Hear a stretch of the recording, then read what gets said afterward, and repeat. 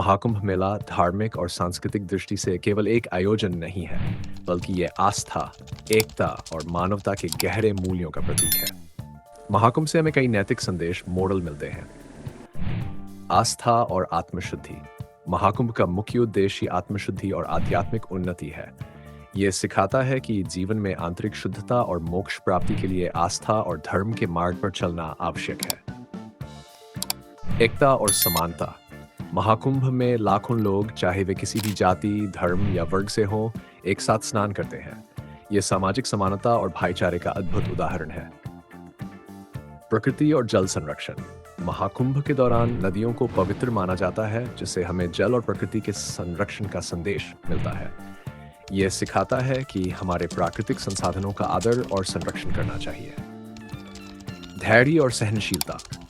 भीड़-भाड़ और कठिन परिस्थितियों के बावजूद महाकुंभ में शामिल होने वाले लोग संयम और धैर्य का परिचय देते हैं।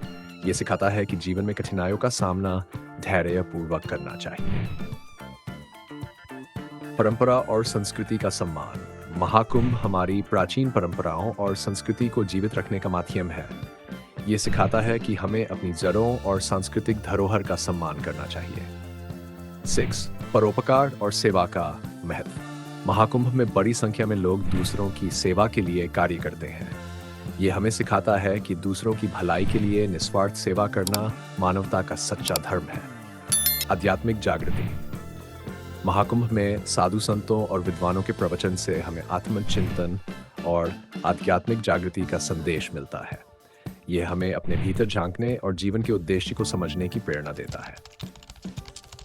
8. स्वच्छता और अनुशासन। महाकुंभ में साफ सफाई और अनुशासन का विशेष ध्यान रखा जाता है। ये हमें हमारे दैनिक जीवन में स्वच्छता और अनुशासन बनाए रखने की शिक्षा देता है। निष्कर्ष।